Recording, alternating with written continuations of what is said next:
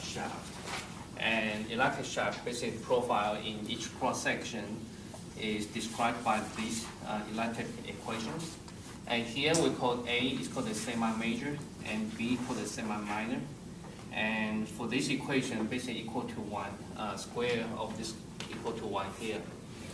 And again, for the everything we start from is hopefully we can make a good guess of the functions, and from the boundary condition that usually is a starting point of the segmented working functions. Okay. Otherwise, we have to go to the very rigorous the differential equations like rectangular shaft. Okay. So rectangular shaft, that is the routine, and we directly solve the differential equations. But for simple geometry, we might try is this. Okay, and that is the purpose I use this as an example to try. Okay. So for this one, how do we get a hint about this? So here is explained by, we're starting from here. So again, this boundary conditions is about something, the things happen along the profile of the boundaries. So why not we start from here and we take the derivative of this term, we see what happens. We take the d over ds on these equations.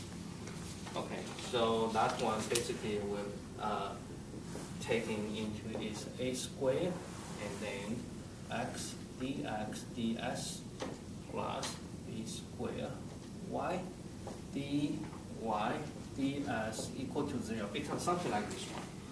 And then here we do the little bit of rearrangement.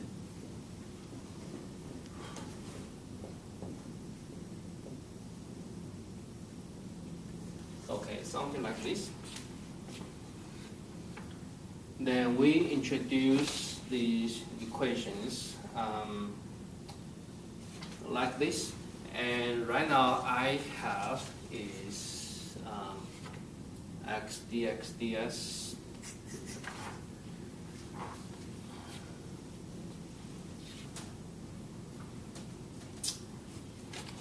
we keep this one for this moment, okay? And that is derived from these equations. And now we're going to, rather than solving the partial differential equations, we try to see anything we can come up from this equation here. And people begin to play around to make a guess. Okay, again, here the strategy is this. And you remember our regular process, the common equations is this, right? Laplace equations. Rather than doing that one, we start from here. Then people begin to make a good guess, try to make a good guess, and hopefully can get a hint from this one rather than go to there first, okay? So they start with trying polynomial form. They try to make a good guess of for this function, and they tried different attempts. They make a different attempts, and then they found, here at the rate give you, they found a good candidate for this will be certain constant multiplied with xy. They found this will be the good one after a few attempts, okay? And then how come this can be good? Then from here we can have it this partial c, partial x, but in this equation we need is the partial derivative. So let me get that ready. So that is c times y, and partial psi, partial y equal to c times x. Okay, so get this one ready, and I'm going to rewrite these equations. The left-hand side equal to cy dy ds minus and cx and dx ds equal to 1/2 and 1/2, basically this one equal to x dx ds and plus y dy ds. Here I directly take the chain rule, get the right-hand side equal to this one. With these equations, we simply use this information to plug in. So that one, from here, you can see this one, cy dy ds minus cx times this one. So basically, I'm going to replace this form to here. Minus c times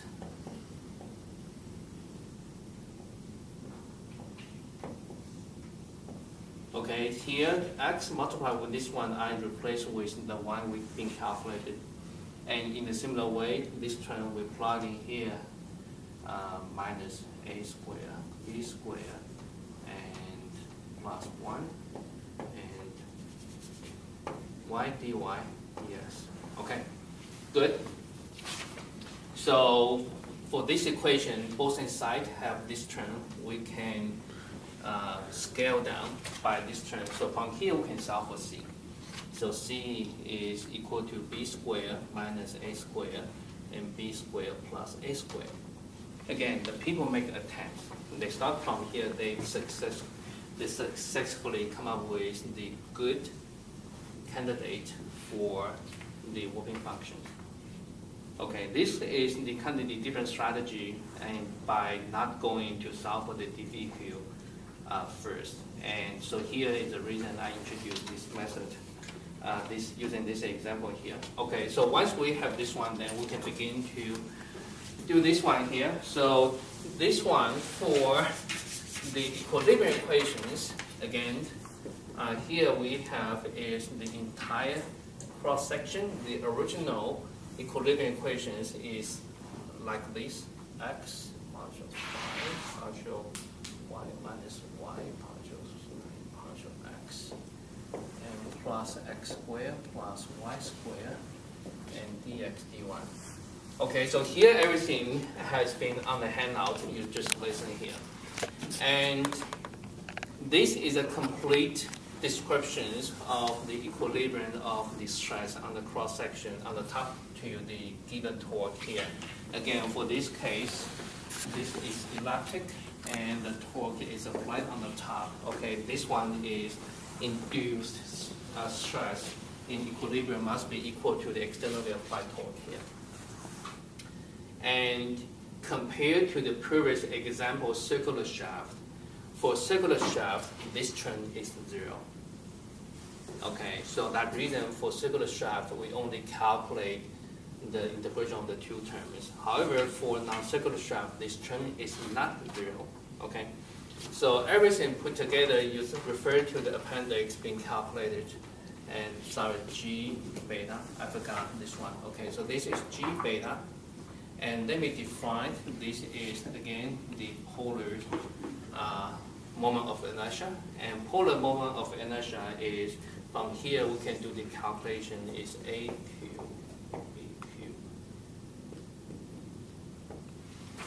Okay, so that is a calculation. Refer to the appendix of our lecture notes, and you can get this one.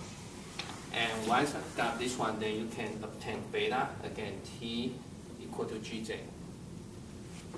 Once beta is resolved, then remaining stress, displacement, etc., everything coming out. Okay. And come to the comparison. So here, for this case, for circular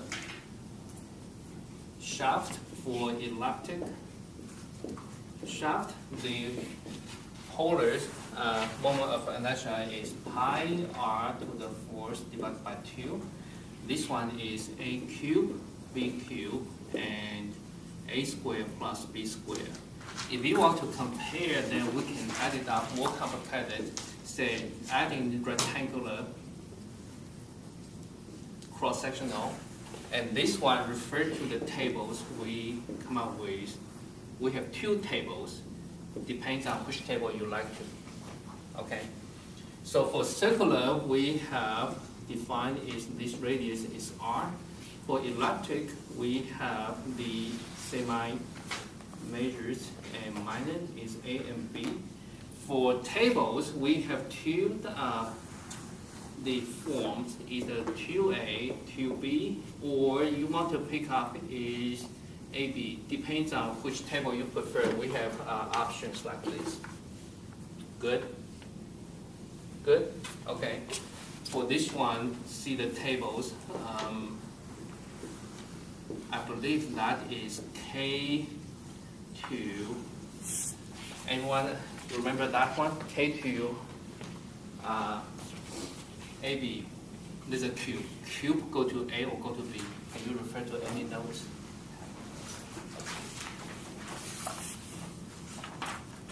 Okay, thank you. So again, this refers to the table for K. The K2 is the function of the aspect ratio B over A. So refer to the table there. So with this one, then they come to the question that is lying in the homework. So say we are given the same amount of the material. Okay, so that means due to the budget, we're going to buy the same quantity, the same weight of the material, and for that metal material, we're going to cast into different shape of the shaft. That means if say the whole say the circular, elliptic, rectangular, they have the same length, the same, and their parameters, and the length, let me call this L. Parameter equal to L, okay. So either the circular shaft, the L equal to 2 pi r, right? Okay. And for rectangle, say if you pick this configuration, then that means 2a plus 2b multiplied by 2 equal to L. And then you can split into AB. And then for elliptic, again, you can have similar situations. So under the constraint, if you are given the same number of L, the question is this: which shape will give you the maximum value of J? Right? On the other side, I can ask which shape of the shaft will produce the minimum amount of the maximum stress. So that means the maximum stress happens in each of the shaft. Which one is smaller? When we design something, we like the maximum stress is as small as possible because that indicates that is the safest design. Any design have smaller stress, that's a good one. And any design with the smaller stress with the minimum amount of the material, that is even better. Right. So that is the concept. Here we limit it by constraint, by given the same length of the shaft, then we confine our design consideration with the same amount of the parameters, and then the engineers like you to cast the shape. And then I'm simply asking which one will give the best design performance. In terms of design performance is this: which one will give the minimum amount of the stress that will happen there. Okay, so that is the kind of the homework, and then everything basically is upon you to relate these given parameters L in terms of the needed the parameter here and do the calculations there, okay?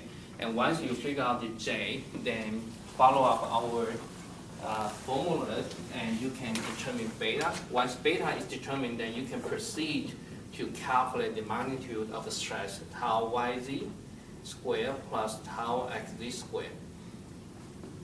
Each of the stress components are the function of beta and something, and they can be explicitly calculated. So once you have the beta, then you should be able to determine this one, and then you can compare. Good? Okay. So Mark,